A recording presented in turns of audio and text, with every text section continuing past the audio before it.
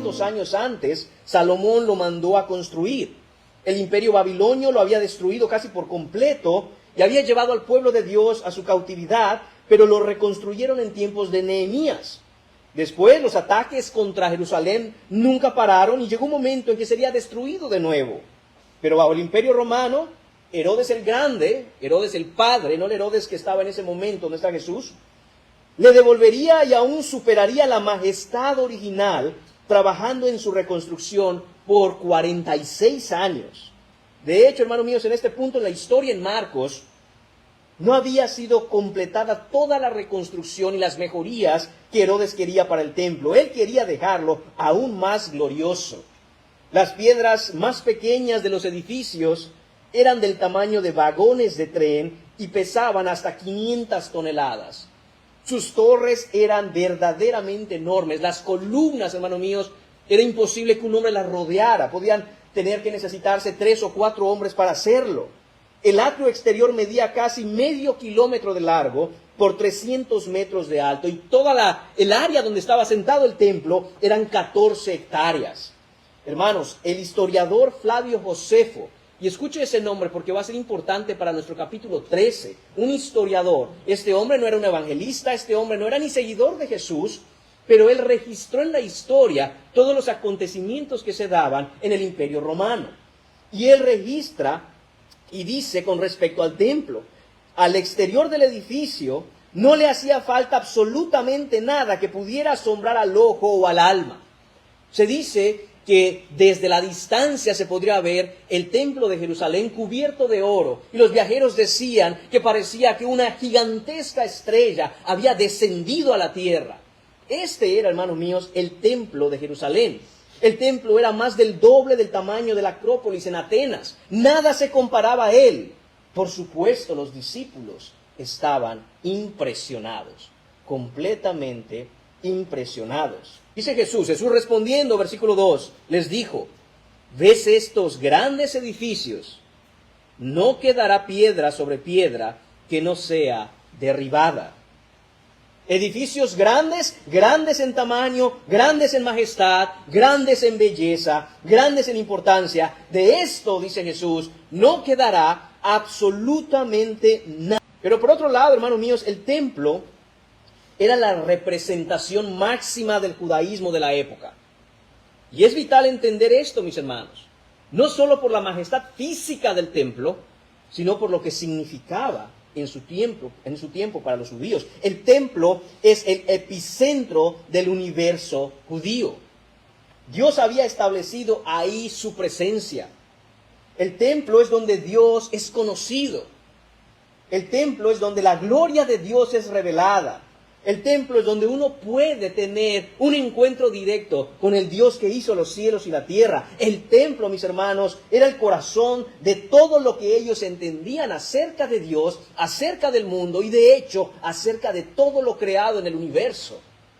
Jesús está diciendo, mis hermanos, que todo esto será destruido. El templo donde Isaías vio al Señor en su trono alto y sublime, como lo describe en Isaías 6, ya no estará. El templo se había convertido, como hemos visto ya en las predicaciones anteriores, en una cueva de ladrones.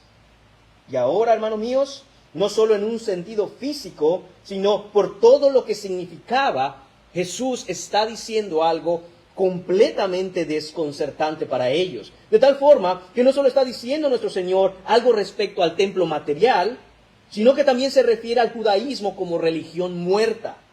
Una religión que había caído en ritualismo, en ceremonialismo, y que no cumplía con la función que estaba supuesta a cumplir. Entendiéndose esto, ser de bendición a todas las naciones, traer la salvación a través de la fe en Jesucristo por el conocimiento del Dios verdadero. Ellos habían olvidado completamente esto. La destrucción física del templo vendrá a ser, hermanos míos, la evidencia visual del fin del sacramentalismo judío. Iba a acabar completamente. Y así, mis hermanos, hay muchos hoy que, aunque no son judíos, siguen asombrados y siguen atados a una religión muerta y sin fruto. Una religión que para ellos significa mucho, que la admiran y se impresionan, pero no saben quién es Jesús. Jesús declaró en Mateo capítulo 12, versículo 6, pues os digo que uno mayor que el templo está aquí, haciendo referencia al mismo.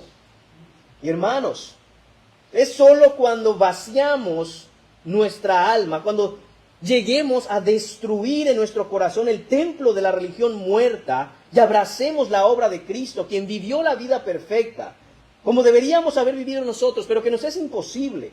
Aquel que murió la muerte que nosotros merecemos para pagar lo que no podemos. Aquel que resucitó al tercer día y regresará por los suyos. Es solo cuando nosotros realmente echemos de lado, destruyamos todo templo, toda cosa que a nuestros ojos como religión externa nos impresionen y abracemos a Cristo, es que entenderemos lo que es verdaderamente vivir espiritualmente, no solo vivir biológicamente.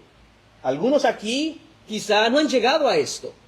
Algunos aquí quizá siguen viendo el templo, siguen viendo la religión, siguen viendo lo externo, siguen viendo las reglas que hay que cumplir. La religión te dice, haz esto y no hagas aquello.